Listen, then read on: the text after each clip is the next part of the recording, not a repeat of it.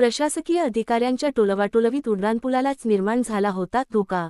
माजी उपसभापती डॉक्टर दिलीप पवार यांच्या पाठपुराव्यामुळे भविष्यातील मोठी हानी टळली। नगर बायपास रस्त्यावरील निंबळक उड्डाणपुलाखाली पाण्याची जलवाहिनी फुटून लाखो लिटर पाणी वाया जात होते। हे पाणी उड्डाणपुलाच्या कॉलमच्या खाली जिरत होते, त्यामुळे उड्डाणपुलाच्या बांधकामाला तडे जाण्यास सुरुवात झाली होती।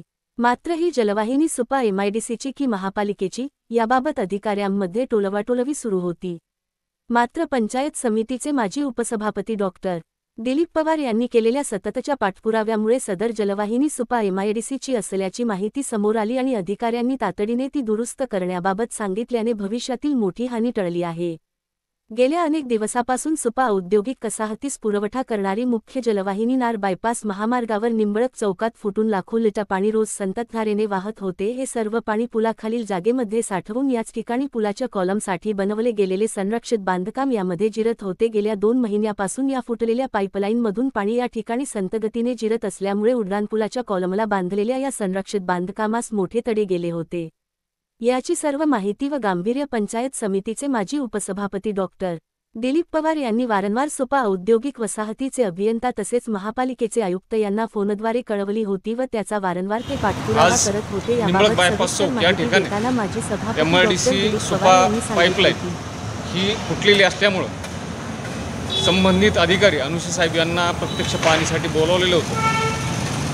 या घटनेची पार्श्वभूमी अशी आहे की गेली 2 ते 2.5 महिन्यापासून निंबळक बायपास चौकामध्ये 3 पाईपलाईन जातात। या 3 पाईपलाईनपैकी एक केडगाव पाणी पुरवठा योजना, दुसरी सुपा पाणी पुरवठा योजना आणि अरणगावची पाणी पुरवठा योजना। तर यापैकी अरणगावची पाणी पुरवठा अद्याप सुरू झालेली नाही। या तिन्ही विभागाच्या अधिकाऱ्यांना गेली 2 महिन्यापासून मी वारंवार ह्या लिकेजच्या बाबतीत निदर्शनास आणून देतो, परंतु कुठलाही विभाग ह्या लिकेजची जबाबदारी घ्यायला तयार नाही।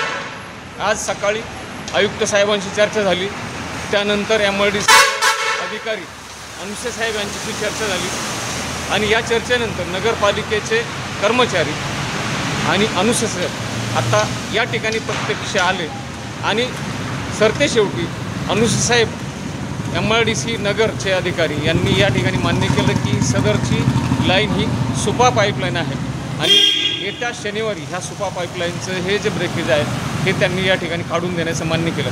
परंतु गेले 2 ते 2.5 महिने या ठिकाणी आपण जर बघितलं तर त्या ठिकाणी जी पाईपलाईन फुटलेली आहे या पाईपलाईनच्या माध्यमामधून दूषित पाणी पुरवठा होत आहे। त्या ठिकाणी आपण या ठिकाणी खाली बघू शकतो की ह्या उड्डाणपुलाच्या पायथ्याला या ठिकाणी भेगा गेल्या, कॉलमला भेगा गेल्या, की जेणेकरून या ठिकाणी वारंवार अपघात घडत आहेत। वारंवार अपघात घडलेले असून ही एक गंभीर बाब उड्डाणपुलाच्या दृष्टीने पण होत आहे।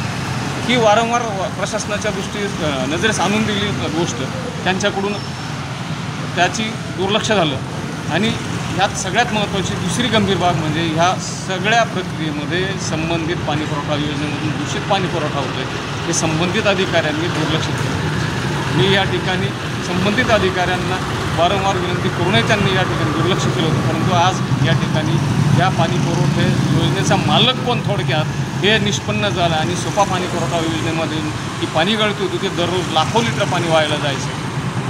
ही या ठिकाणी आजच्या आमच्या ह्या प्रत्यक्ष पाहणीतून संपन्न झालेली होती। धन्यवाद।